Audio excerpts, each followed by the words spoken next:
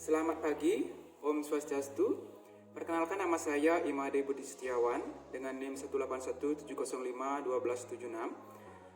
Pada kesempatan kali ini saya membuat video mengenai dua kasus dalam akuntansi keuangan lanjutan.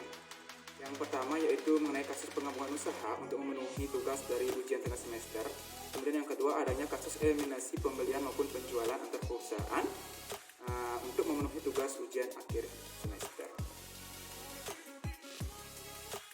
Baik, langsung saja saya akan menjelaskan yaitu kasus pertama, yaitu mengenai materi dari penggabungan usaha, di mana kasus ini yang melakukan penggabungan usaha itu diantaranya adalah PT Makmur Jaya dengan PT Setia Usaha, di mana PT Makmur Jaya memperoleh aktiva bersih dari PT Setia Usaha melalui penggabungan usaha dengan metode pembelian yang dilaksanakan pada tanggal 25 Desember 2009. Aktivitas dan kewajiban PT Setia Usaha pada tanggal tersebut pada nilai buku dan nilai wajarnya sebagai berikut, di mana nilai buku nilai buku total aktiva yaitu sebesar 1.650 US dollar, dan untuk aktiva nilai wajarnya itu adalah sebesar 190 US dollar, dan untuk kewajibannya untuk aktiva bersihnya aktiva bersih nilai bukunya adalah sebesar 110 US dollar. Kemudian untuk nilai wajar dari aktiva bersihnya adalah sebesar 1.650 US dollar.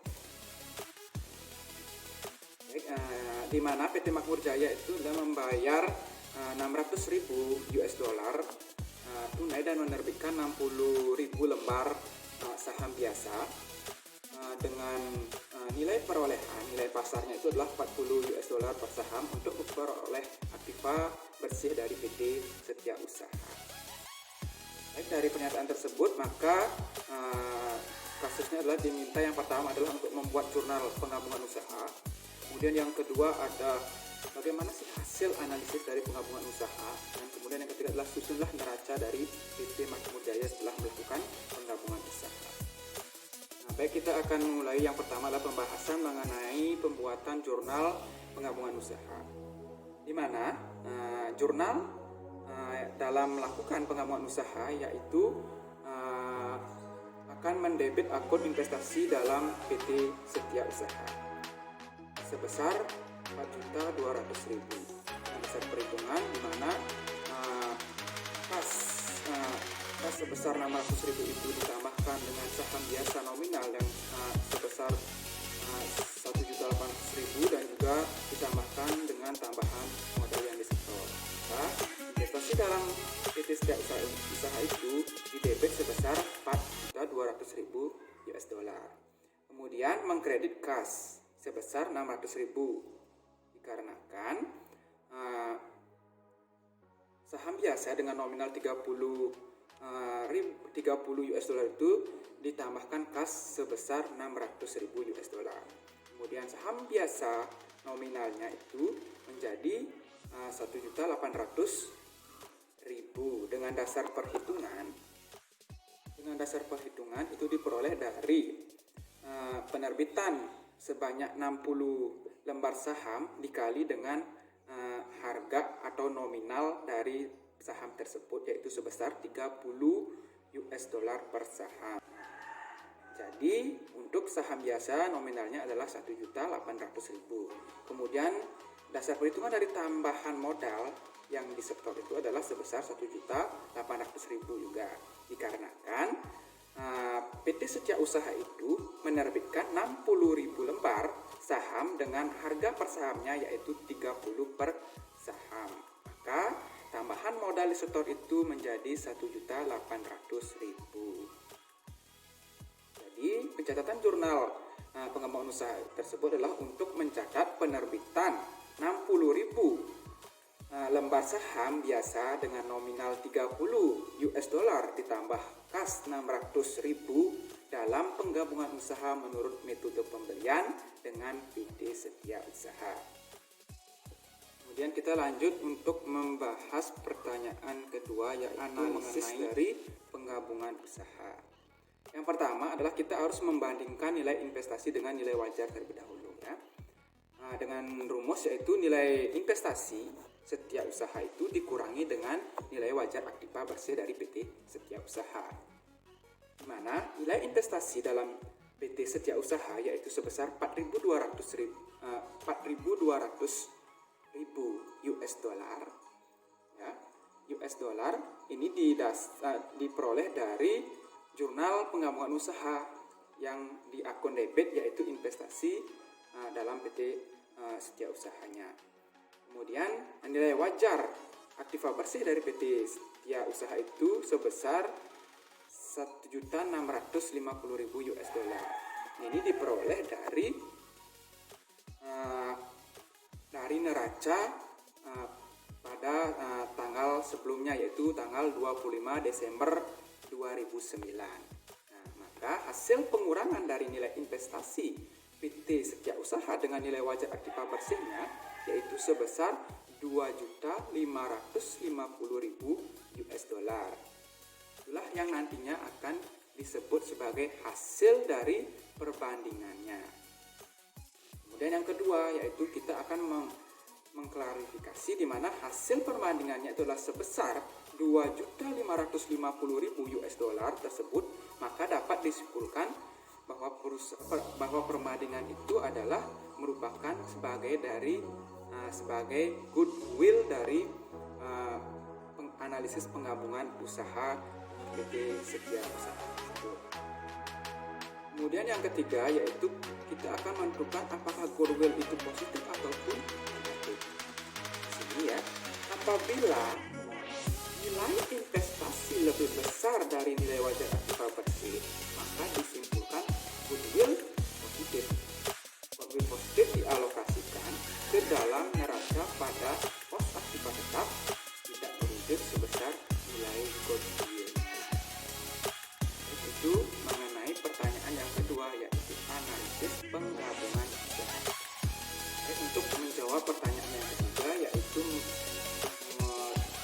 dengan membuat neraca PT Makmur Jaya per 25 Desember 2009. Jadi neraca PT Makmur Jaya setelah melakukan penggabungan usaha dengan PT setiap usaha yaitu di mana total aktivanya itu adalah sebesar 4.740 US dollar.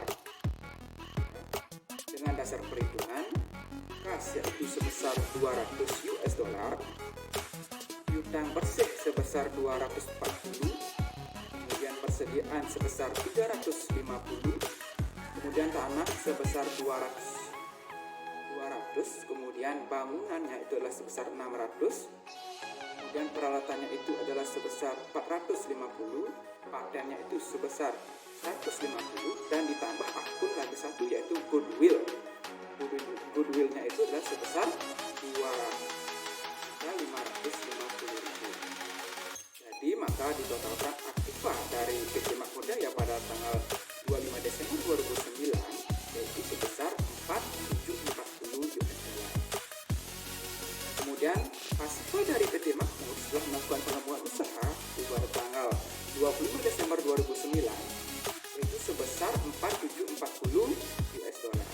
Dengan dasar perhitungan utang usaha sebesar 150 US dollar, kemudian wesel bayarnya adalah sebesar 245, kewajiban lainnya itu adalah sebesar 145 dan ditambahkan akun lagi satu yaitu investasi dalam PT setiap usaha itu sebesar 4.200 US dollar, maka itu dijumlahkan menjadi 4.740 US dollar.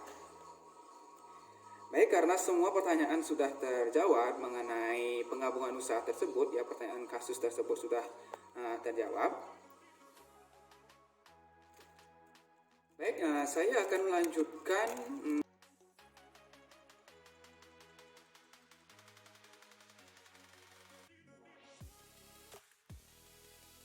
penjelasan mengenai kasus eliminasi pembelian dan penjualan antar perusahaan. Ya, ini dengan tujuan untuk memenuhi tugas ujian akhir semester saya. Baik, saya langsung saja menjelaskan dari kasus eliminasi pembelian dan penjualan antar perusahaan, di mana kasus PT Setia dengan PT Gio. Di mana PT Setia membeli 95% saham dari PT Gio pada tahun 2011. Selama tahun 2014, PT Setia membeli 30.000 unit barang dagangan dengan harga 25.000 per unitnya, dan menjual 15.000 unit kepada PT Gio dengan harga 30.000 per unitnya. Nah, di mana PT Gio ini menjual seluruh barang tersebut kepada pengecer pada tahun 2014 dengan harga 40.000 per unitnya. Nah, kedua perusahaan ini menggunakan sistem pencatatan persediaan perpaktual.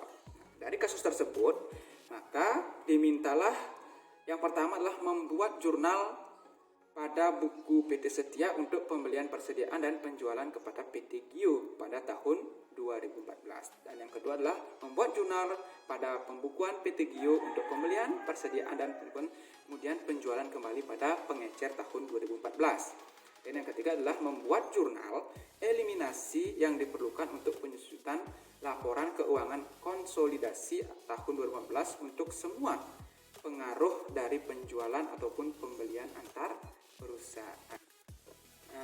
Di sini kita akan membahas yaitu mengenai permintaan yang pertama, yaitu jurnal dari PT Setia. Di mana PT Setia itu adalah membuat dua jurnal. Yang pertama adalah jurnal pembelian dan jurnal penjualan. Jurnal pembelian yang dicatat oleh PT Setia ini adalah di mana mendapat persediaan yaitu sebesar 750 juta dan kas sebesar 750 juta. Nominalnya itu diperoleh dengan dasar perhitungan, yaitu di mana PT Setia membeli 30.000 unit barang dagangan dengan harga 25.000. Dengan dasar perhitungan 30.000 per unit ini, 30.000 barang ini ya dikali dengan harga per unitnya yaitu 25.000, maka memperoleh jurnal pembeliannya yaitu persediaan pada kas sebesar 750 juta. Kemudian untuk jurnal pada buku Setia, jurnal penjualannya yaitu itu ada dua jurnal. Yang pertama adalah kas pada penjualan sebesar 450 juta ya, 450 juta. Ini dengan nominal ini dengan dasar perhitungan di mana PT Setia menjual barang dagangannya ke PT Gio, yaitu sebanyak 15.000 unit dengan harga 30.000 per unitnya. Jadi 15.000 per unit ini dikalikan 30.000 per unit, maka memperoleh hasil nominal yaitu sebesar 450 juta rupiah. Kemudian jurnal kedua untuk mencatat penjualannya yaitu harga pokok penjualan pada persediaan itu adalah sebesar 375 juta. Ini dasar perhitungan untuk memperoleh harga pokok penjualan itu melalui rumus harga persediaan awal ya, persediaan awal dikurangi dengan persediaan akhir. Di mana persediaan awal PT Setia itu adalah sebesar 750 juta rupiah. Sedangkan untuk persediaan akhirnya itu adalah kita akan mencari dengan menghitungkan sisa dari barang dagangan setelah dijual ya, di mana PT Setia Usaha ini telah menjual kepada PT Gio yaitu sebanyak 15.000 unit. Jadi persediaan awal ya, jumlah unit dari persediaan awal itu ya kan sebesar 30.000 unit ya, sebanyak 30.000 unit, tapi sekarang sudah dijual sebanyak 15.000, berarti kan sisanya lagi 15.000 unit ya, 15.000 unit. Jadi untuk memperoleh persediaan akhirnya sisa dari banyaknya barang tersebut dikalikan dengan harga perolehannya ya, dimana 15.000 unitnya itu dikali dengan 25.000, maka kita akan memperoleh persediaan akhirnya. Nah, jadi persediaan awal dikurangi dengan persediaan akhirnya itu, maka kita akan memperoleh harga pokok penjualannya, ya, yaitu sebesar 375 juta. Dan mengkredit persediaan yaitu 375 juta. Ini maksudnya persediaannya adalah persediaan akhirnya ya. Itu. Kemudian kita akan membuatkan jurnal dari PT Gio, jurnal pembelian dan penjualannya. Di mana PT Gio ini adalah persediaan awalnya yaitu sebesar 450 juta dan mengkredit kas sebesar 450 juta juga. Dengan dasar perhitungan di mana PT Gio itu adalah pertama dia akan membeli kepada PT Setia sebanyak 15.000 unit atau 15.000 barang dagangan dengan harga 30.000 per unitnya. Jadi 15.000 unit dikali dengan 30.000 unit maka memperoleh persediaan awal dan kas yaitu sebesar 450 juta.